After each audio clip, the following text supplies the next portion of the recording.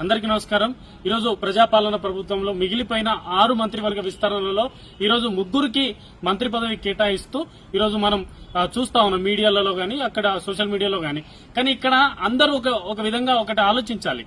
సామాజిక న్యాయం ప్రజాపాలన ప్రభుత్వం సామాజిక న్యాయం చేసిందని చెప్పేసి ఇద్దరు ఎస్సీలకు ఒకరికి మాలకి, ఒకరికి మాదిగకి, అలాగే ముదిరాజ్ సామాజిక వర్గం చెందినటువంటి ఈ ముగ్గురికి మంత్రివర్గం కేటాయిస్తూ సామాజిక న్యాయం, సోషల్ జస్టిస్ జరిగింది మంత్రివర్గ విస్తరణలో అని చెప్పేసి అంటారు.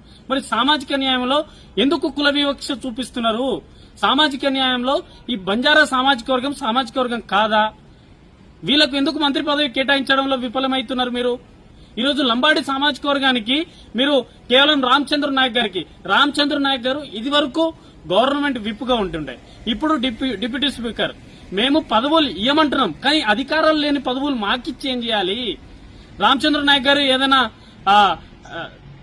అధికారాలున్నాయా? అధికారాలు లేని పదవులు మాకెందుకు?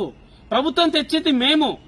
ఈరోజు మిమ్మల్ని ముఖ్యమంత్రి చేసుకున్నాము, మిమ్మల్ని మంత్రులను చేసుకున్నాము, చాలా మంది ఎమ్మెల్యేలను చేసుకున్నాం, ఒక్కొక్కసారి గెలిచినాం, ఫస్ట్ టైం వచ్చిన ఎమ్మెల్యేలను చేసుకున్నాం. కానీ పదవులు కేటాయించడంలో మాత్రం లంబాడి సామాజిక వర్గానికి ఈరోజు అన్యాయం చేస్తుంది ప్రజాపాలన ప్రభుత్వం.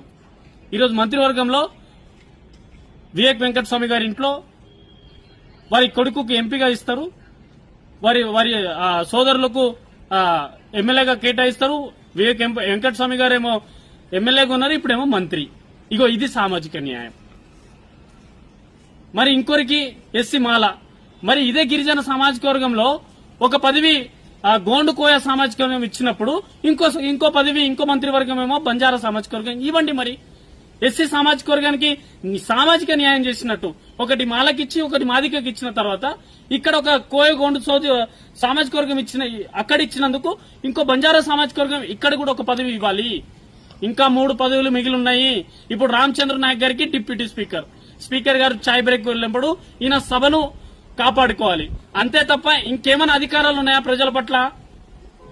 అక్కడ ఉన్నటువంటి ఎమ్మెల్యేలను కాపాడుకోవడం కోసం ఇంతకుముందు ఇచ్చిన విప్లో కూడా వీళ్ళు సంజాయించుకోవడం తప్ప అక్కడ ఏమీ అధికారాలు లేవు. మీరు కేవలం పదవులు మాత్రమే ఇస్తున్నారు. అధికారాలు లేని పదవులు మాకెందుకు?